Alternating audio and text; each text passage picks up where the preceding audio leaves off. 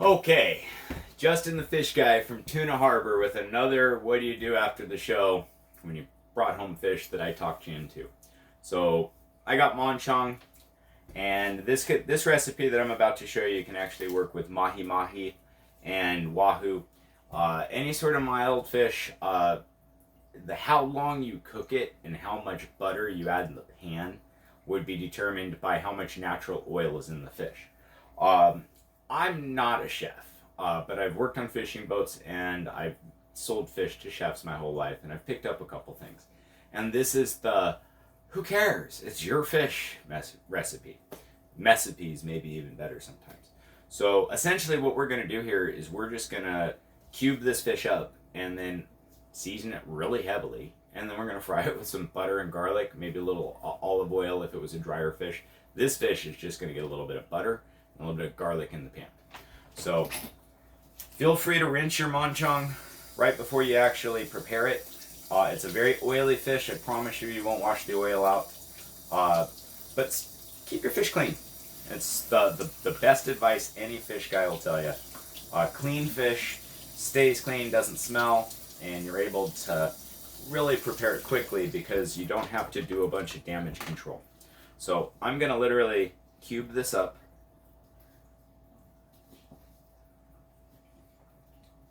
And the whole cube thing just gives you an opportunity to flip it 3 or 4 times, you know. They usually don't come out perfect cubes. They're usually kind of like a triangle. But don't overcook your fish. I don't care what it is. That's the worst you can do. Okay, so now you got your fish, and it's cubed up. Tiniest bit of breadcrumbs. Just enough to kind of be a carrier for the rest of your seasoning. You could probably use flour, but you know. I got ground pepper, and I like to grind my own when I don't have pre-ground pepper. But in all honesty, I use way too much pepper. So over the years, I've just learned to be patient because I tend not to use too much of the pepper that I have to fresh grind. And again, everything that I serve comes from Walmart or my market. Okay, so we got black pepper, and then Cajun seasoning salt. That looks good. Not a lot, because I don't know if I like it. And what else? Ooh, fresh ginger. Or wait, no, not fresh. Oh, it says fresh finds ground ginger. I actually have some fresh ginger I should use, but just a little bit. It's a Hawaiian fish that we have tonight, so that seems appropriate. Sesame seeds. Why not?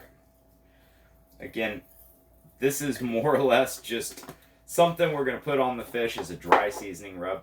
Old Bay is awesome. Anybody that doesn't like Old Bay, well, let me rephrase that. Everybody could not like Old Bay after you've been around the country and had blue crab, and you're going to get too much of it. Good thing. We got the garlic pepper seasoning. I've learned this is just kind of a garlic salt anyways. If all the cheap seasonings that have messed me up, and I remember I'm not a chef, I don't care. Careful, because like this salt, pepper, garlic seasoning, it's just garlic salt. But yeah, if you got other stuff you like, cool. I think that kind of covers the junk I got laying around right here. You're going to take your fish, and you're literally just going to roll it around and put a bunch of seasoning on it. Now, I would normally season each piece as I was throwing them in the pan, but for the purpose of the video, I'll try to just kind of speed it up and show you a few pieces. But again, every fish and every person seems to have their favorite way of being cooked. And once you dial in your palate to the fish that you like, it becomes kind of instinctual. You'll see a piece of fish and you go, oh, if you cooked that really, really hot, you could almost sear that. And then you wouldn't have to, like, this is going to be super over seasoned here, but a lot of the seasoning's going to cook off. And again, it's super, super simple prep right before you're going to throw your fish on the pan. You could see how you could do this quickly, and it'd be frying, and by the time you were done, you'd have some fish that wasn't that seasoned and some fish that was more seasoned. And I am actually going to run out a little bit here. So some of this is just going to get cooked. But there'll be so much seasoning in the pan, and I can even hold those pieces off a little bit and make sure that they get all the extra goodness. And so we'll go ahead and just toss those right there so that we can season them up if we want. And you know, this is going to be cooked in a pan 2 to 3 minutes on each side. It's always so hard. How long should you cook your fish for? You're always going to get somebody that says don't overcook it. And the truth is that's the worst thing you can do is overcook your fish. You can almost always eat it raw. That being said, people overcook steak and love it. So I'm not your judge. I'm trying to give you confidence when you get fish from me at Tuna Harbor Dockside Market every Saturday. Again, thanks for checking out my videos. It's all to give you confidence to use your local resources to live a better life. Thank you.